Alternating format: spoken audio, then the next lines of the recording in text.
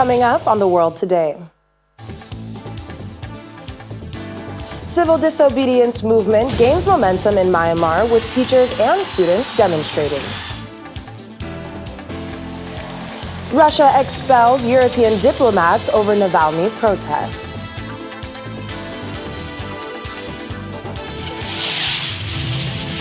America is back, diplomacy is back. President Joe Biden touts new U.S. foreign policy.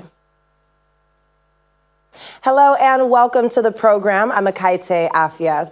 We began today in Myanmar, where a civil disobedience movement is gaining momentum with teachers and students protesting against Monday's military coup.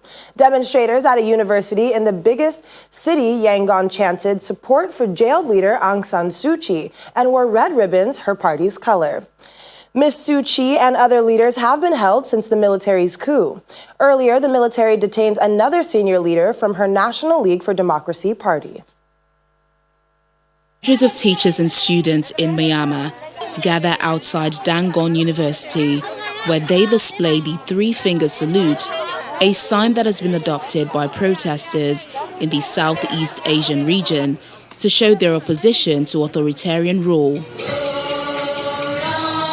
There have been a number of demonstrations in different parts of Myanmar.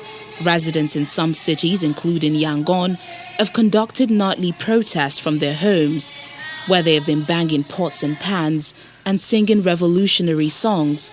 And there have also been daytime flash mobs.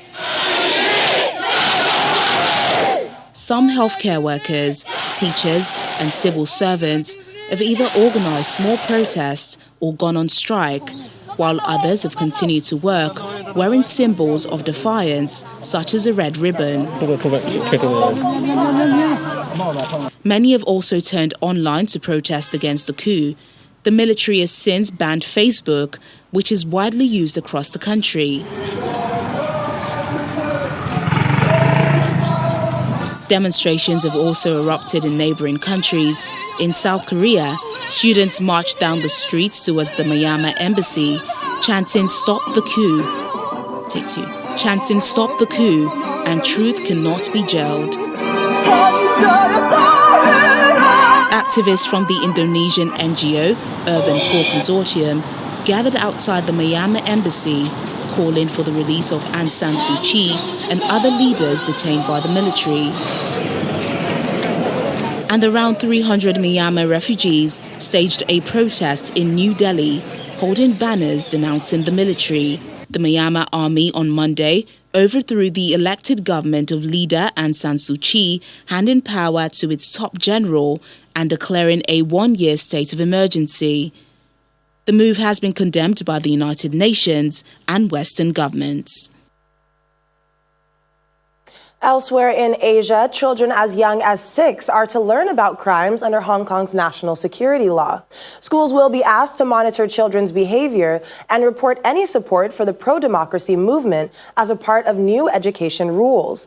The national security law was imposed last June, with Beijing arguing it was needed to tackle unrest linked to pro-democracy protests in the city. It criminalizes secession, subversion, and collusion with foreign forces, with the maximum sentence being life in prison. Over in Europe, Russia has expelled 3 diplomats from Germany, Sweden, and Poland for joining protests in support of opposition activist Alexei Navalny, who was jailed earlier this week. The Russian Foreign Ministry said the 3 took part in illegal demonstrations on the 23rd of January. The expulsion of the diplomats comes hours after EU Foreign Affairs Chief Josep Borrell met Russian Foreign Minister Sergei Lavrov in Moscow. The EU told Russia the case against jailed Putin critic Alexei Navalny is a low point in their relations, with new EU sanctions over the case a possibility. For the sanctions, there is no proposal by the time being by any member state. Discussion will continue on the next Foreign Affairs Council of Ministers, and also the European Union leaders will have in March an important monographic discussion about the relationship between the European Union and Russia. And my visit here is part of the preparation of this debate. And it's very important that we clarify what do we want to do with our relations. Meanwhile, Navalny is back in court accused of slandering a World War II veteran who took part in promotional video backing last year's reforms that let Putin run for 2 more terms in the Kremlin after 2024 if he wants. Navalny described the people in the video as traitors without a conscience and as corrupt lackeys. Navalny, President Vladimir Putin's most prominent critic, was jailed this week for almost 3 years for violating the terms of his 2014 suspended sentence for fraud. He says the cases against him are trumped up, intended to silence him. The 44-year-old accuses President Vladimir Putin of ordering the nerve agent attack that nearly killed him last August, but the Kremlin denies involvement.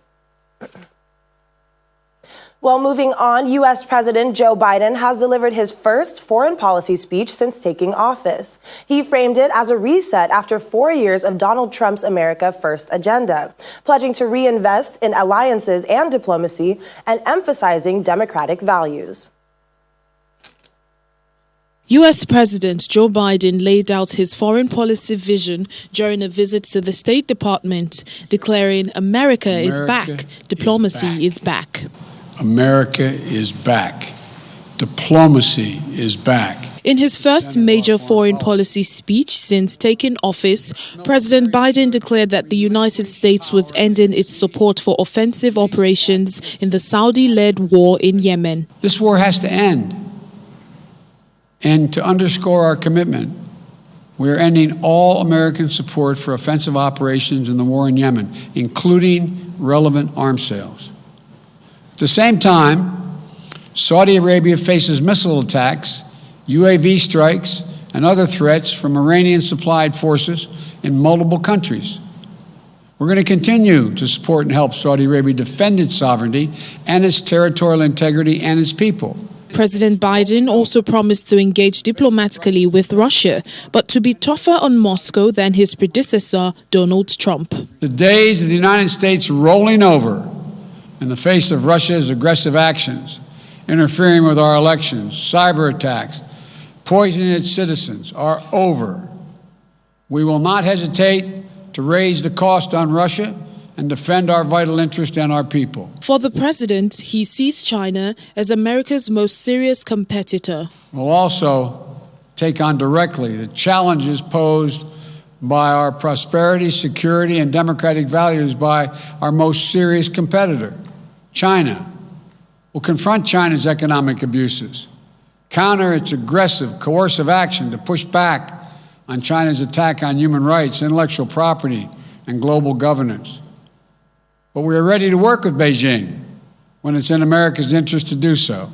On Myanmar, he called on the military to relinquish power and release the leaders detained in a coup.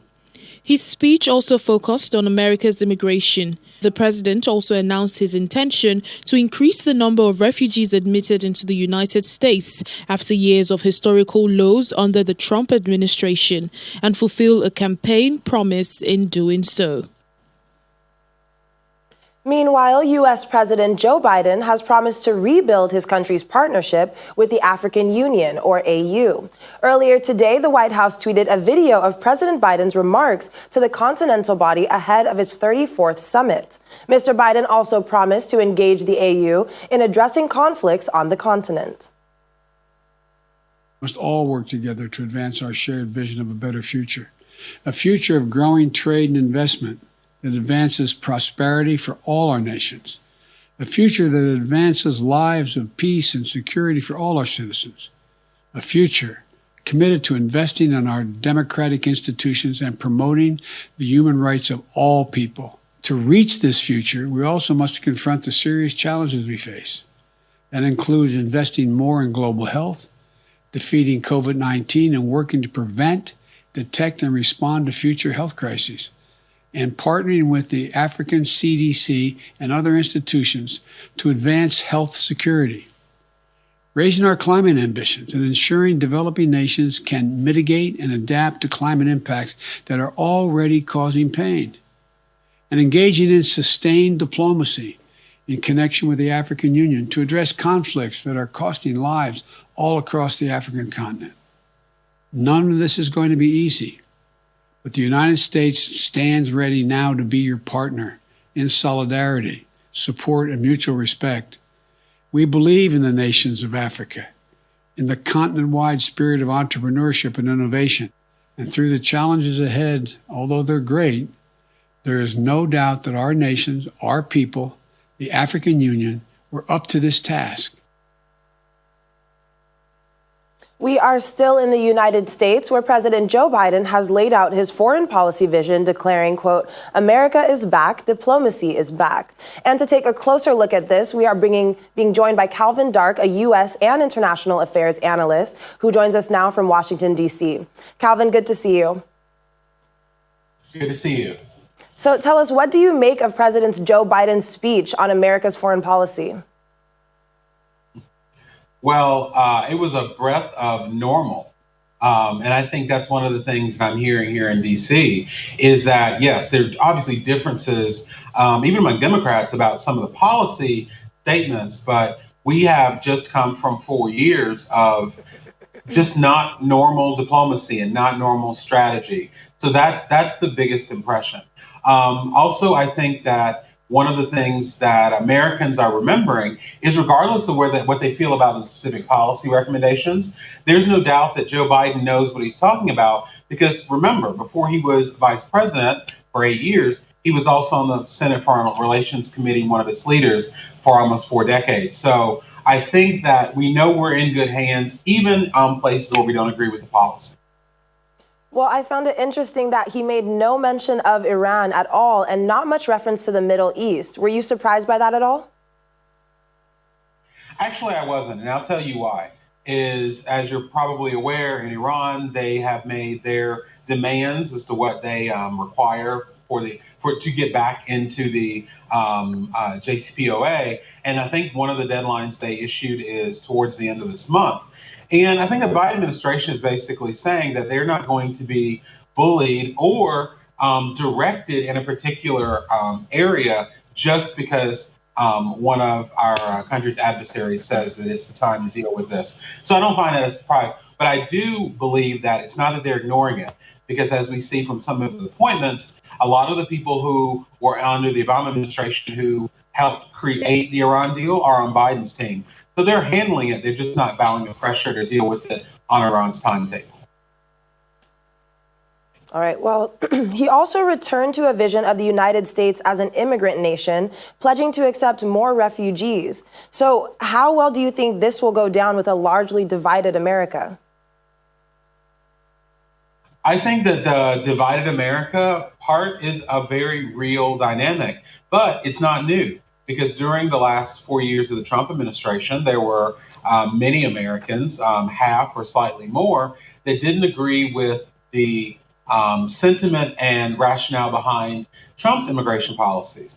And those same people who were pleased then won't be pleased now. We're already starting to see, campaigns of saying that a lot of our crime is because Biden has, in less than a month, changed our immigration procedures. So yes, we're in a divided country. There will be divisions on what we think about it, but we have to remember this is what Joe Biden was elected on. He was very clear about his immigration priorities. So we'll have to see how they unfold. All right. Well, Calvin, thanks so much for joining us today, and do stay safe out there. You too. Still ahead on The World Today. We meet Colette Mays, a 106-year-old pianist that has just recorded her 6th album. Stay with us. Thanks for staying with us. The U.S. House of Representatives has voted to expel a Republican congresswoman from 2 committees over incendiary remarks that she made before being elected last November. Marjorie Taylor Greene had promoted baseless QAnon conspiracy theories and endorsed violence against Democrats. Before the vote, she said she regretted her views, which included claims that school shootings and 9/11 were staged. 11 Republicans joined the Democrats to pass the motion by 230 to 199. It means the representative who was elected in November representing a district in the southern state of Georgia cannot take up her place on the education and budget committees.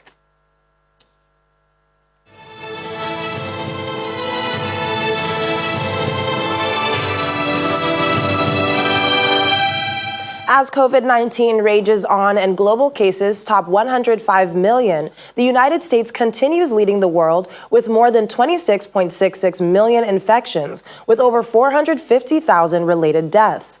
A leading infectious disease expert, Michael Osterholm, warned the British that the COVID-19 variant may become the dominant strain of the virus in the U.S. and could prompt a surge in cases in the country.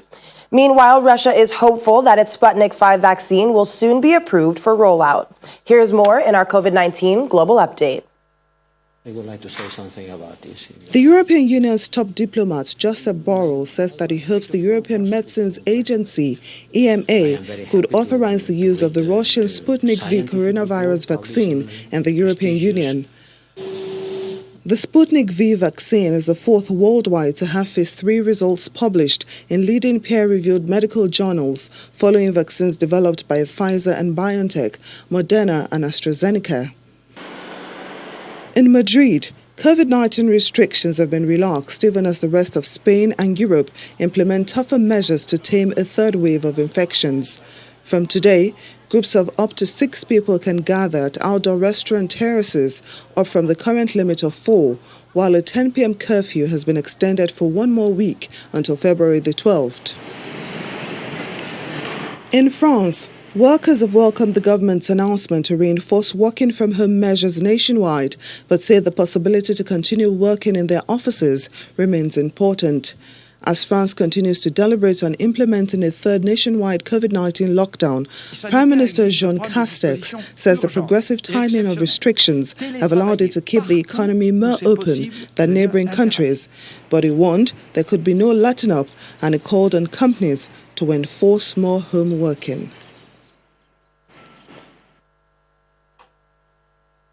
Meanwhile, a member of the World Health Organization-led team visiting the central Chinese city of Wuhan says that he has been surprised by the complexity of getting to the origins of the COVID-19 pandemic and that years of research lay ahead. Dominic Dwyer, a microbiologist and infectious disease expert, adds that the team in Wuhan had received the access it requested from Chinese authorities as it tries to understand the early days of the novel coronavirus outbreak first identified in Wuhan.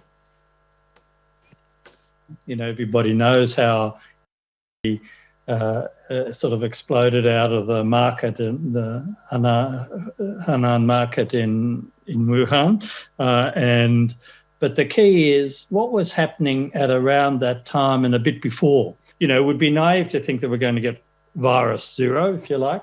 I think we've identified, or the Chinese group have identified the very early cases, you know, the first case that they've recognised, and they've published that.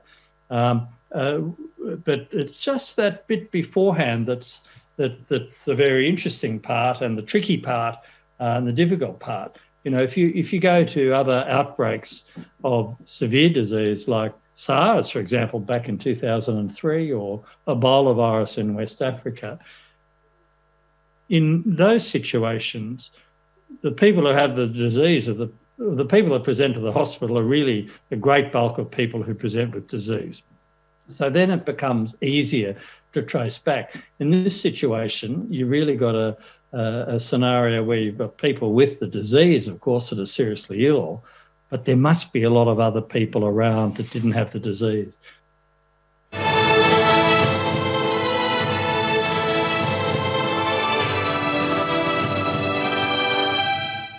Authorities in Australia's west say that another 5 homes had been lost to a bushfire. Western Australian Department of Fire and Emergency Services Commissioner Darren Clem said the loss of 86 homes was an absolutely devastating outcome. Clem praised firefighters working in challenging conditions overnight, but warned strong winds still posed a risk for communities, with emergency warnings still in place in several areas. No deaths have been reported from the fires, the origins of which are still unknown. Although the blazes are a reminder of the scores of fires that razed large swaths of Australia's east coast last year. I can advise that the Rapid Damage Assessment Team has continued their work of assessing the damage to homes throughout the fire area. And a secondary assessment where they've started again back at the start of the fire at Wooroloo and working their way west again has resulted in a further 5 houses being identified as lost, and that brings the total number of losses to 86. Absolutely devastating outcome for the owners of those homes. We've experienced once again some incredibly challenging conditions overnight for firefighters with incredibly strong winds, and those winds have continued into today. The weather today is slightly cooler, but we've still got those strong winds today, and again tonight ahead of hopefully a forecast change with some possibility of rain later on Saturday afternoon.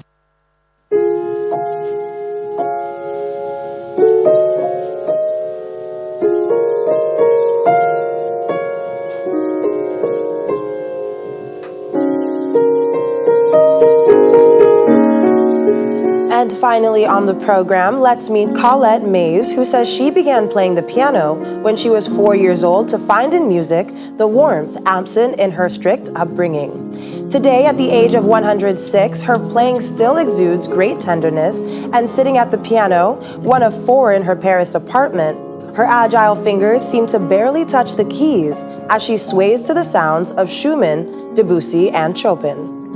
Born in 1914 into a middle-class family, she was homeschooled by her strict mother while her father managed a fertilizer plant. Mays credits yoga and finger gymnastics for keeping her nimble, saying she would need to continue to feed her imagination the day she won't be able to play anymore. French cultural venues have now been closed since months due to the COVID-19 pandemic, but that didn't deter Mays to record her 6th album, slated to be released in April.